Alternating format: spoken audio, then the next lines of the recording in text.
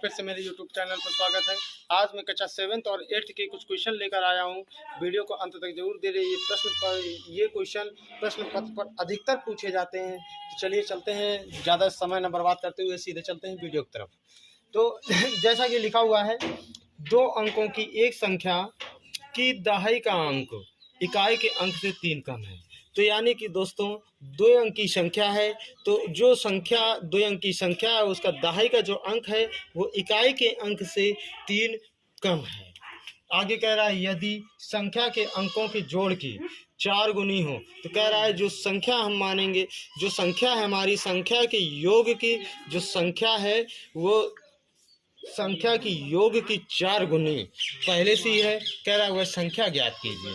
तो दोस्तों सबसे पहले हम मान लेंगे, माना दहाई का अंक, चलिए दहाई का अंक मान लेते हैं x और इकाई का अंक मान लेते हैं, इकाई का अंक मान लेते हैं y।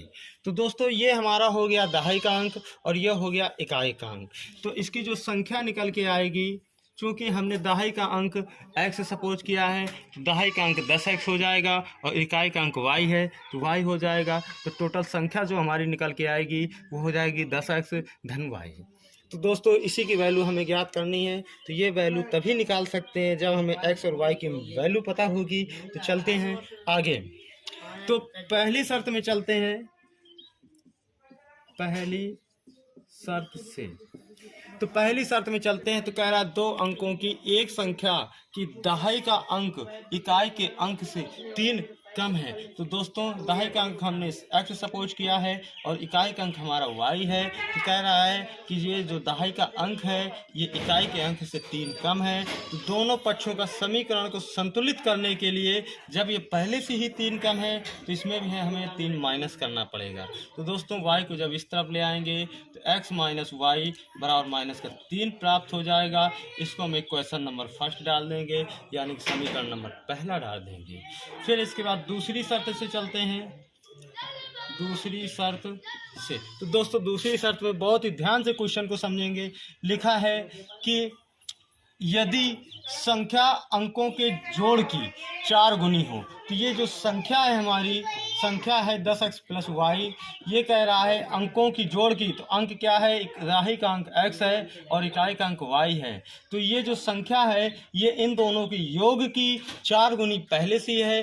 तो दोनों समीकरणों को संतुलित करने के लिए, बराबर करने के लिए हमें 4 का गुणा इसमें कराना पड़ेगा, यानी कि इनका योगफल हमें 4 गुना करना पड़ेगा। तो दोनों समीकरण का संतुलन बराबर हो जाएगा। तो आगे चलते हैं, 10x प्लस वाई LHS में ये लिख देंगे और इसमें 4 का अंदर गुणा कराएंगे तो ये हो जाएगा 4x धन 4y। तो 4x 4y को हम बराबर के इस तरफ कर लेंगे, यानी पक्षांतर कर लेंगे तो हो जाएगा 10x माइनस 4x, ये प्लस का y लिखा है, ये हो जाएगा माइनस का 4y बराबर 0 प्राप्त होगा। तो दोस्तों 10x में 4x माइनस हो रहा है तो बचेगा 6x और इधर 4y में धन का y माइनस हो रहा है, यानी कि ऋण के 4y में धन का y हमें माइनस करना है। तो ये बचेगा माइनस का 3y बराबर 0। तो दोस्तों दोनों पक्षों से हमें 3 कॉमन भी मिल रहा है तो बचेगा 2x माइनस का y इक्वल 0 बचेगा। तो ये 3 दोस्तों इसके भाग में 0 के भाग में चला जाएगा तो इसका मान 0 हो जाएगा। तो समीकरण जो हमारा निकल के आएगा वो 2x माइनस वाई इक्वल 0 प्राप्त होगा। तो इसको हम इक्वेशन नंबर 2 डाल लेंगे। तो दोस्तों x और y की वैल्यू निकालने के लिए हमें समीकरण 1 और समीकरण 2 को हल करना होगा। तो हल करते हैं, लिख देंगे समीकरण 1 व 2 को हल करने पर। तो दोस्तों समीकरण जो पहला था वो x माइनस वाई बराबर माइनस का 3 था और दूसरा समीकरण 2x माइनस वाई इक्वल 0 था।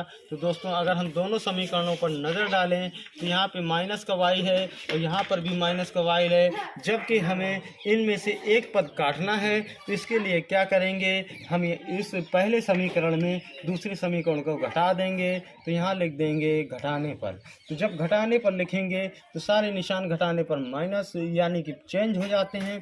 तो ये प्लस है तो ये आपका माइनस हो जाएगा, और ये माइनस का वाई है तो ये प्लस का वाई हो जाएगा।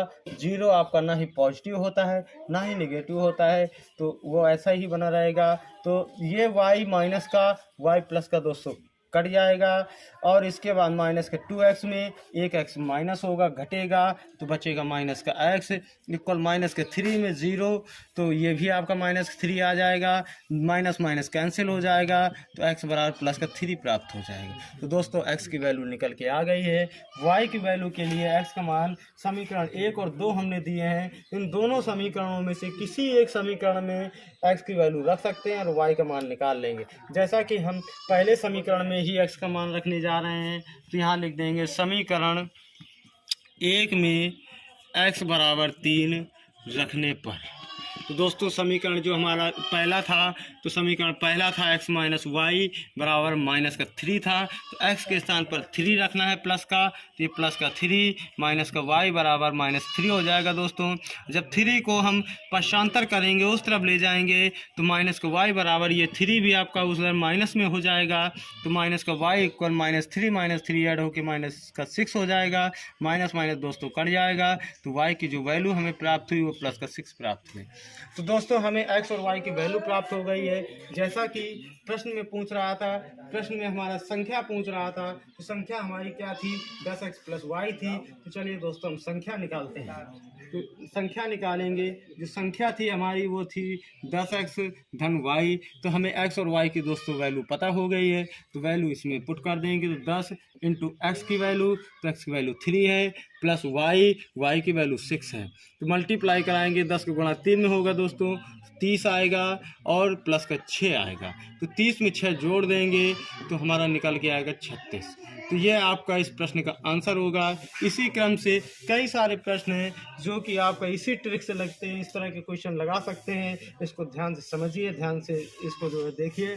तो दोस्तों अभी आप वीडियो पर बने रहिए, क्योंकि हम एक प्रश्न और आपके लिए बताने जा रहे हैं जो कि बहुत ही परीक्षाओं में पूछे जाते हैं। तो तब तक के लिए आप चलिए अगले वीडियो में। जैसा कि दोस्तों अगला क्वेश्चन है, एक स्टीमर चालक नदी के बहाव तथा उसके प्रतिकूल 10 किलोमीटर की दूरी तय करके 50 मिनट में उसी स्थान पर वापस लौट आता है। यदि स्टीमर की स्थिर जल में चाल 25 किलोमीटर प्रति घंटा है तो नदी की चाल ज्ञात कीजिए। तो दोस्तों प्रश्न ये कह रहा है कि एक स्टीमर चालक है जो नदी के बहाव में तथा उसके प्रतिकूल 10 किलोमीटर जाने में और 10 किलोमीटर वापस आने में दोस्तों उसको 50 मिनट का समय लगता है। तो हमें ये ज्ञात करना है, जबकि स्टीमर की चाल दी है 25 किलोमीटर प्रति घंटा, हमें ज्ञात करना है कि नदी का जो बहाव है, नदी का बहाव कितना है, यानी कि नदी की जो धारा है उसकी चाल ज्ञात करनी है। तो दोस्तों मान लेते हैं कि ये एक नदी है और धारा की जो चाल है उस दिशा की ओर ऐसे बह रही है धारा, ठीक है।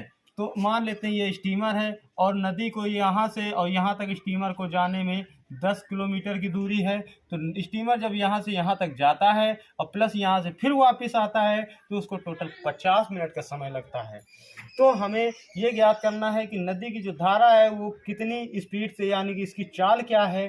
दोस्तों इसके लिए हमको पता होना चाहिए कि जब स्टीमर जब धारा की दिशा में यानी कि इस तरफ से उस तरफ जाएगा तो स्टीमर के चाल के साथ साथ धारा की चाल भी जुड़ जाएगी, क्योंकि धारा उसी दिशा को बह रही है। और वापस आने में दोस्तों धारा उस दिशा को है, परंतु स्टीमर जब वापस आएगा तो स्टीमर की जो चाल होगी वो धारा की चाल में, स्टीमर की चाल और धारा की चाल एक दूसरे के विपरीत होगी। तो इसलिए स्टीमर की चाल में जो धारा की चाल होगी वो माइनस हो जाएगी। तो चलते हैं इसका सोल्यूशन देखते हैं, सॉल्व। तो मान लेते हैं दोस्तों, माना धारा की चाल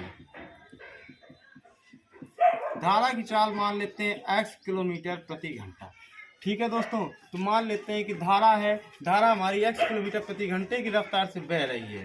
क्योंकि स्टीमर की चाल दी है, स्टीमर की जो चाल दी है वो है 25 किलोमीटर प्रति घंटा, और जो दूरी है स्टीमर जो दूरी तय करता है, जाने में दूरी तय करता है 10 किलोमीटर की, और वहाँ से जब वापस आता है तब भी दूरी 10 किलोमीटर की तय करता है, यानी कि जो उसकी टोटल दूरी है वो दूरी 10 किलोमीटर की दूरी है। तो दोस्तों जो हमारी दूरी है वो दूरी तय करता है 10 किलोमीटर।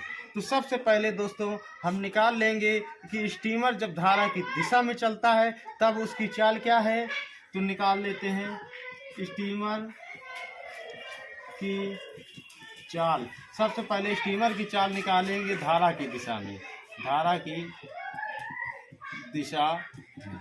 तो धारा की दिशा में दोस्तों जब स्टीमर की चाल निकालेंगे तो स्टीमर की चाल में धारा की चाल जुड़ जाएगी, यानी कि 25 + x किलोमीटर प्रति घंटा हो जाएगी।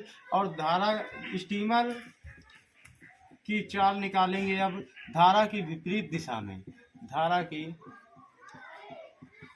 विपरीत दिशा में। तो दोस्तों जब स्टीमर वापस आ रहा है, धारा अपोजिट बह रही है, तो जो उसकी चाल होगी वो हो जाएगी 25 - x किलोमीटर प्रति घंटा, यानी कि स्टीमर की चाल में धारा की चाल माइनस हो जाएगी दोस्तों। अब क्योंकि हमें आने और जाने में टोटल समय जो मालूम है वो समय है 50 मिनट। तो दोस्तों आगे चलते हैं। पहले हम निकालते हैं धारा की दिशा में जाने में लगा समय, फिर निकालते हैं धारा की विपरीत दिशा में जाने में लगा समय। तो दोस्तों पहले निकालेंगे धारा की दिशा में जाने में लगा समय। धारा की दिशा में जब समय लगे तो जो समय लग रहा है वो 10 घंटे है, और धारा की जो दिशा में जब स्टीमर जा रहा है तो उसकी जो चाल है तो वो हो जाएगी हमारी 25 + x तो घंटे। तो यानी कि धारा की दिशा में जब स्टीमर गया तो उसको निकला 10/25 + x घंटे लगा उसको कुल मिला के जाने में। अब लौट कर आने में, यानी कि धारा की विपरीत दिशा में आने में लगा समय। आने में समय निकालते हैं दोस्तों, तो यह हो जाएगा दूरी वही है, आने में भी दूरी वही है, और इसकी चाल जो है वो 25 - x है। क्योंकि फार्मूला होता है चाल बराबर दूरी बटा समय। तो दोस्तों हम समय निकाल रहे हैं तो समय बराबर हो जाएगा दूरी बटे चाल। तो दोस्तों दूरी दोनों की वही है। धारा की दिशा में चाल जो थी 25 + x थी, और धारा की विपरीत दिशा में जो चाल थी वो 25 - x थी। तो इतने घंटे आपका, यानी कि 10/25 - x घंटे धारा की विपरीत दिशा में समय निकल आया। और आने में लगा समय प्लस जाने में लगा समय, जो समय है टोटल वो 50 मिनट का है। तो यहाँ से आ जाते हैं प्रश्नानुसार। तो लिख देंगे जाने में लगा समय प्लस आने में लगा समय बराबर दिया है दोस्तों 50 मिनट। तो दोस्तों सबसे पहले हमें ये ध्यान देना है कि जाने में जो समय है 10/25 + x घंटे है, और प्लस आने में जो समय है वो 10/25 - x घंटे है। जबकि ये समय हमारा मिनट में चेंज दिया हुआ है, तो इसको दोस्तों सभी चीज़ें घंटे में दी है तो इसको भी हम घंटे में चेंज कर लेंगे। क्योंकि हम जानते हैं 1 घंटे में 60 मिनट होते हैं, तो 50 मिनट को जब घंटे में चेंज करेंगे तो 60 का भाग दे देंगे तो 0 से 0 दोस्तों डिवाइड हो जाएगा। यहाँ पर 25 + x और 25 - x दोस्तों एलसीएम लेंगे जब, तो इससे ऊपर से 10 कॉमन निकाल लेंगे तो ये आ जाएगा 25 - x + 25 + x बराबर 5/6। तो दोस्तों x से x प्लस माइनस डिवाइड हो जाएगा, सॉरी कट जाएगा। तो यहाँ पे आ जाएगा 10, 25 और 25 जुड़ जाएगा दोस्तों 50 हो जाएगा। और यहाँ पे a + b a - b apply कर देंगे तो ये हो जाएगा a वर्ग ऋण b वर्ग बराबर 5/6। तो दोस्तों इसका जब हम गुणा कराएंगे तो 50 का गुणा 10 में होगा तो दोस्तों ये 500 आ जाएगा। 25 का वर्ग 625 होता है, माइनस ये x² लिखा हुआ है दोस्तों, ये 5/6 आ गया। तो दोस्तों कैची गुणा यानी क्रॉस गुणा करा देंगे तो 6 का मल्टीप्लाई 500 के साथ होगा तो 500 गुणा 6 हो जाएगा, और इसका मल्टीप्लाई 5 के साथ होगा तो 5 का गुणा 625 - x² के साथ हो जाएगा। तो दोस्तों 5 से हम 500 को डिवाइड कर देंगे तो 100 आ जाएगा। तो ये बचेगा 100 × 6 = 625 - x²। तो दोस्तों 100 का गुणा जब हम 6 से कराएंगे तो 600 हो जाएगा। बराबर 625 माइनस एक्स स्क्वायर बचेगा। तो एक्स स्क्वायर की वैल्यू निकालेंगे तो दोस्तों 600 को उधर ले जाएंगे, एक्स स्क्वायर के इधर ले आए तो प्लस का हो गया, 600 को उधर ले गया तो माइनस हो जाएगा, तो 625 माइनस 600 हो जाएगा। तो एक्स स्क्वायर बराबर 25 बचेगा। दोस्तों ये स्क्वायर के रूप में निकला है। अब इसका हम वर्गमूल कर देंगे, तो लिख देंगे दोनों पक्षों का वर्गमूल करने पर, जब वर्गमूल करेंगे तो दोस्तों एक्स स्क्वायर का वर्गमूल एक्स होता है और 25 का जो वर्गमूल होता है वो प्लस माइनस 5 होगा। तो दोस्तों एक एक्स की वैल्यू -5 निकलेगी, एक एक्स की वैल्यू +5 निकलेगी। जो -5 है दोस्तों वो हमारा ऋणात्मक होने के कारण अग्राह्य मान हो जाएगा, क्योंकि चाल कभी ऋणात्मक नहीं हो सकती है। तो जो धारा की चाल हमारी निकल के आई दोस्तों वो धनात्मक होगी। तो लिख देंगे अतः धारा की चाल बराबर 5 किलोमीटर प्रति घंटा। तो ये आपकी धारा की चाल निकल के आ गई दोस्तों, यही इसका आंसर हो गया। दोस्तों इस तरह के प्रश्न आपके क्लास 7th से 8th से लेकर हाई स्कूल तक कई सारे प्रश्न पूछे जाते हैं। तो दोस्तों इस प्रश्न को ध्यान से जो है पढ़िए और ध्यान से देखिए, और वीडियो अच्छा लगा हो तो मेरे चैनल को सब्सक्राइब करने के साथ साथ वीडियो को शेयर जरूर करें। धन्यवाद।